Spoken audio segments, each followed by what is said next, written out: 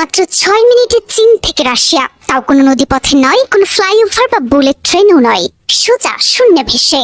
বিশ্ববাসীকে তাজ্জব বানিয়ে চীনের আকাশে প্রস্তুত হলো শতাব্দীর অন্যতম সেরা ইঞ্জিনিয়ারিং বিস্ময়, বিশ্বের প্রথম আন্তঃদেশীয় যাত্রীবাহী ক্যাবল কার বা রোপওয়ে। আর এই রোপওয়ে দিয়েই 6 থেকে 8 মিনিটের মধ্যেই চীন পৌঁছে যাবে রাশিয়ায়।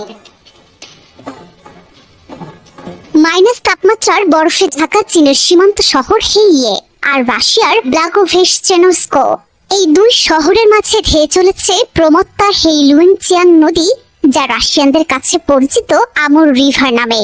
নদীর ঠিক যেখানটায় দূরত্ব সবচেয়ে কম, মাত্র 750 মিটার, ঠিক সেখানেই আকাশ ছুঁয়ে দাঁড়িয়েছে 970 মিটার বা প্রায় 3182 ফুটের এই আকাশপথ। তার উপর দিয়ে ঝুলন্ত অবস্থায় অতিক্রম করবে এই অত্যাধুনিক ক্যাবল কার, যা দুই দেশের সীমান্তকে সরাসরি যুক্ত করবে। নদী পারাপারের চিরাচরিত ঝক্কি দিয়ে এখন আকাশে ভাসতে ভাসতেই পার হওয়া যাবে এই আন্তর্জাতিক সীমান্ত।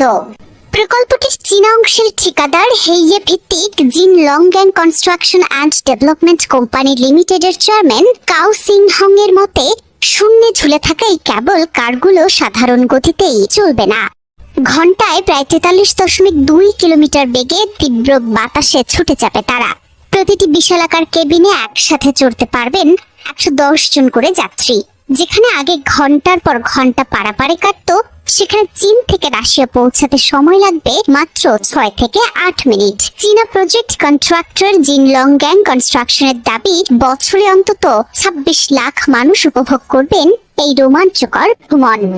2019 সালের জুলাইয়ে যে স্বপ্নের বীজ বোনা হয়েছিল দীর্ঘ 7 বছরের মাথায়, তা আজ শতভাগ বাস্তব।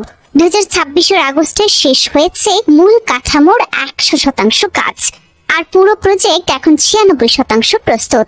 সব ঠিক থাকলে চলতি 2026 সালের শেষ নাগাদই খুলে যাচ্ছে এই ঐতিহাসিক আকাশপথ। চীনা সংবাদ মাধ্যম চীনা ডেইলির তথ্য মতে, ভিসা মুক্ত সুবিধার কারণে এমনিতেই হেইয়ে বন্দরে যাত্রী পারাপার বেড়েছে 60%-এর বেশি। চলতি বছরের প্রথম অর্ধে সংখ্যাটা ছাড়িয়েছে 5.5 লাখ। আর এখন এই ক্যাবল কার চালু হলে চীন রাশিয়া পর্যটন ও বাণিজ্যে যে আরো গতি আসবে তা বলাই বাহুল্য।